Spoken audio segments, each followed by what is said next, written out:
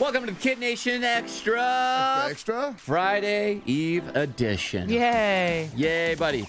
It was a tough day today with Beat the Bank Extreme. If you did not hear, we did find the $5,000 vault. Yes, we did. Unfortunately for Rebecca, she stopped at around $680. Ouch. But again, you never know what the vault has in store for you, which, so. Timing is everything, man. I mean, if that vault had been the one prior to it, we would be saying, hey, we got a $5,000 winner. Exactly. I had my little money gun ready to go, even though I didn't know that it was a big one. I didn't even have it on my hand because I thought it was not going to go that high. Yeah. So sad. But I'm happy that she still got the money. But I know I heard It's so weird. It's like we also did the first world problems today where the people got upgraded surprise. Yeah. Flying to Europe, got upgraded to first class. They had to fly coach on the way back. So is it better to have had first class and then miss it? Is it better to just win $600 and something and never know that it would have gone to 5,000? I don't know. I feel like it's better to not know. To not know? Yeah, it's better to not have experience because you don't know what you're missing. Right? That's how I feel. Is it better to have loved and lost And or never never to have loved at all? I don't know. Yeah, I'd like to have experienced love, I think. Me too. I don't know, man. I just told the cast a love story that is very intricate. That wasn't love. That was No, love.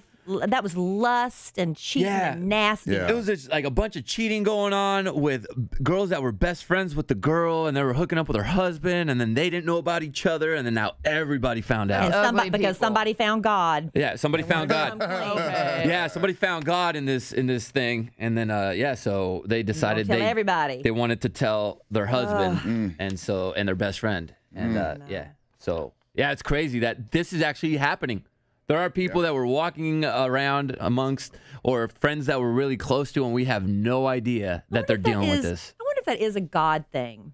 If God really wants you to do that. Because I'm trying to think, what's the biblical principle Confess your sins, I guess. Yeah, I get that. But it's like, I'm trying to think of is there an example in the Bible where if you sin, do you have to go and tell all your business? Because I remember. To the person? Well, I remember there's one story I can think of right now about the prostitute where everybody was going to stone her.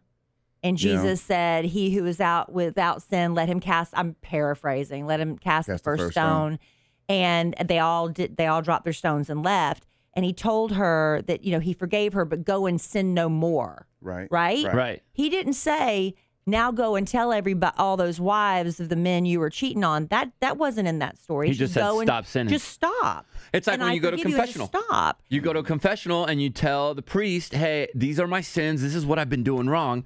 And then he tells you go do 50 Hail Marys and then just stop sinning. Yeah, so I'm trying to think in the Bible if there's an example where it says to go and tell. I can't think of one. This is one of those conversations we have all the time with our friends and stuff. Because they say, would you want to know if your wife was doing something? Would you want to know?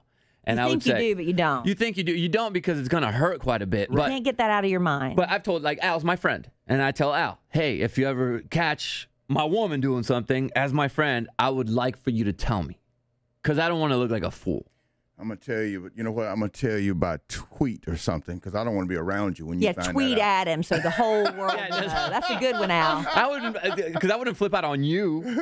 I would probably hug you and cry a little bit because it would hurt quite a bit. But I think I would want to know just because I don't want to look like a fool. You don't want to be the fool. I get that. Yeah, right? That's why I would want to know. It's looking like a fool that makes people super angry. That's where most of the anger comes on top of everything. The love that you're losing. Anyway. But it's one of those, man. You're saying when I find out about these stories, I walk around everybody. I'm like, what are you doing? What's going on with you? What's going on with you over there? All right, let's get to the question of the day, though. All right. Darren wrote us and said, hey, I saw the KiddNation Extra recently where you guys were complimenting the person sitting next to you. Mm-hmm. Well, I want to know, what is your favorite thing about yourself? Okay. So Darren wants us to compliment our favorite thing about ourselves. Oh, gosh.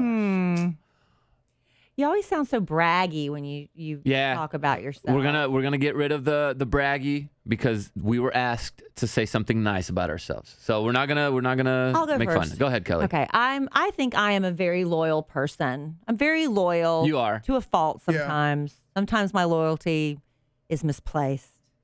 True. But then I ultimately, but I think that's probably. That's a good one. Yeah. I trust you with secrets. I'm a good secret Kelly keeper. will not ever give away a secret. I don't even think you tell Alan. I'm a good secret keeper. Seriously, Yeah. you good. are. That's good. Big Al. That's another good one. Thanks, JC. Yeah, I didn't mean to pile on there, but Well, see, I like to know. That's why I'm a good secret keeper. 'Cause I'm nosy. you have and I the- want to know stuff. yeah, you have the reputation of being a good And the secret only way keeper. you know stuff is if people know you won't tell it. So if I have something eating away at me, I'm like, You yo, gotta tell Kelly, I got to somebody. get it off my chest. There you go. Al?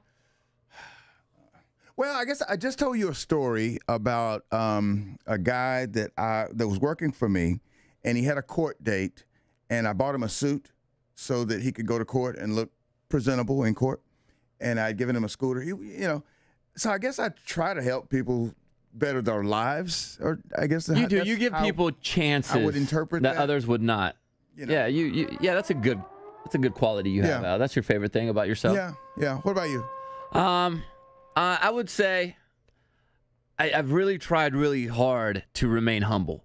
And I feel like I've done a good job at that. Yeah. Even though it doesn't seem very humble right now that I'm bragging. that I'm You saying can't say your best quality is humility. Yeah. That's the one thing but you I feel can't say. because there was a point in my life when I just I almost gave up, and I figured I'm not gonna make it. I'm probably gonna settle for very minimum wage, and I felt like I was not gonna get anywhere. And I said, if I ever get the opportunity to get somewhere and become somebody, that I swear I will never let that get to my head. Yeah, that's good. And so I try to remain as humble as possible and remember that moment when I was sitting in my truck and I was thinking, this is it. This is how my life is going to be. I'm going to be poor forever, and I'm not going to do anything with my life. You could also say it's your tenacity.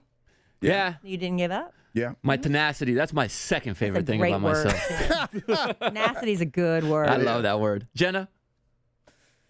So hard. I don't know what I love most about myself. But, okay, so last night I spoke in an event, and I'm just going to use a compliment someone else gave me because it made me think about it. Because, when you are something, you're not sure, really. You know, it's hard to step outside of yourself. And a woman came up to me, and she's like, you know what I love the most about you? You come across, and you're so genuine when you're speaking about something. Okay. And revealing stuff about yourself. You're just a genuine person. So whether that's, can be good or bad, I'm pretty honest and transparent about things.